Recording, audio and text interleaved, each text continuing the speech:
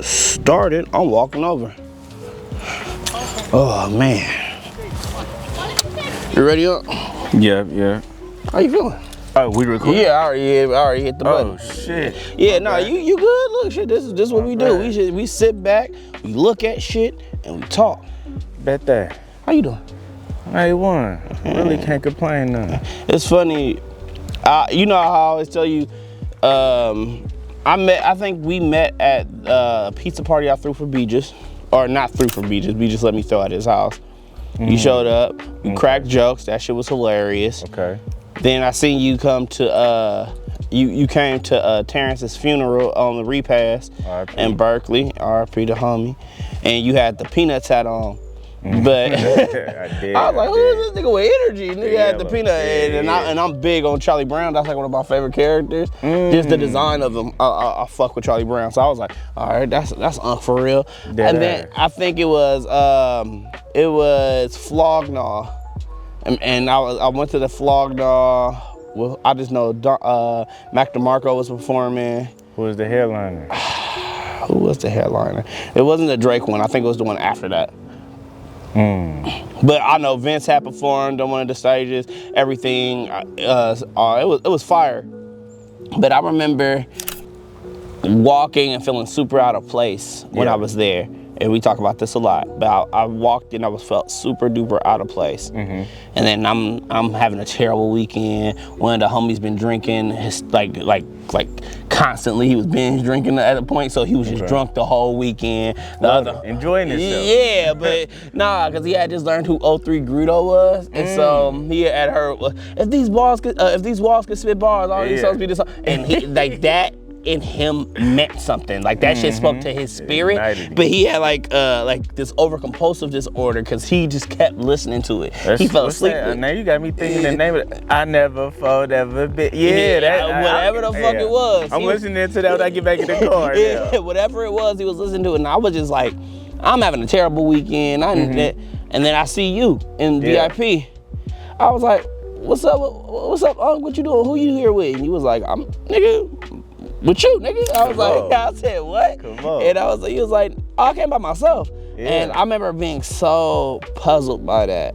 And I remember you said something to me that day. He was like, you gotta take life on one. Like, you can't just sit and wait for people to do things that you wanna do. You just gotta go do it. Come on. Where did that come from for you? That confidence, that sheer ability to say, yeah, I'm just doing what I want to do right now? It probably developed because I never had to do anything. Like, there was never no expectations of me. It wasn't like, okay, we need you to be a straight A student. We need you to be an athlete. We need you to...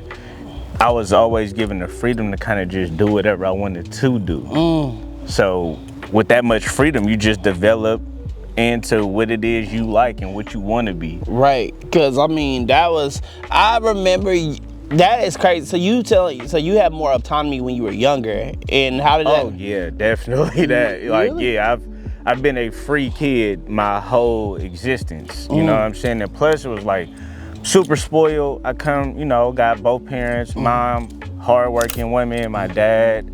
Got it out the mud, sold drugs, did all this shit. So it was just like I always had whatever I wanted, when I wanted, super spoiled, like, damn near like family favorite, all my cousins' favorite cousins. Right. Like, and it was only off of this, just me just existing and just doing nothing. Like, I was already and you did good in school and shit like that, so it wasn't like... C student. Okay, C student, not brother. Just getting through. C student, you feel me? I'm smart.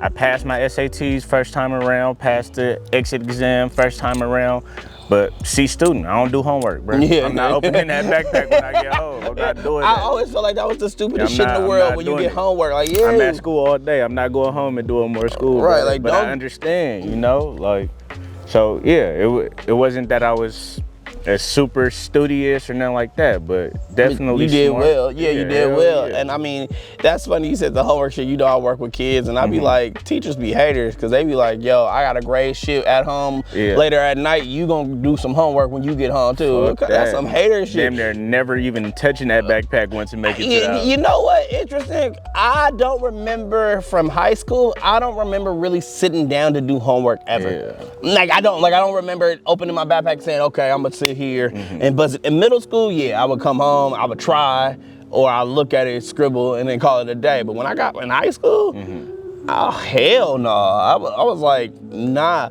But I think that's interesting because I think that type of autonomy gave you What autonomy mean? like the freedom, the openness.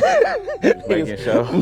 That, like you feel somebody can use it differently. I don't know. You know, I just want to make sure I'm understanding. But that type autonomy, of freedom. with it. Yeah, no, that type of freedom gave you. Can't spell autonomy without ant. Nigga, I don't know. See, I don't know if I can spell the motherfucker, but I know what it means. I know you can't spell it without ant. Okay. I know that. You feel me? Yeah, well, shit. Yeah, I'm in there. It might start with an up.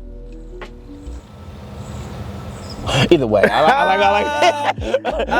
like got me stumped there, brother. I don't know, but I think it was interesting. Nigga, antonomy, nigga. Yeah, now there it is. Straight up. I think, but interesting though, because I think you also have this ability to like love on yourself in a way that it bounces off of you and goes to the other person and makes them look at themselves, right? Because you don't even let me talk down about myself. For what? You know what I mean?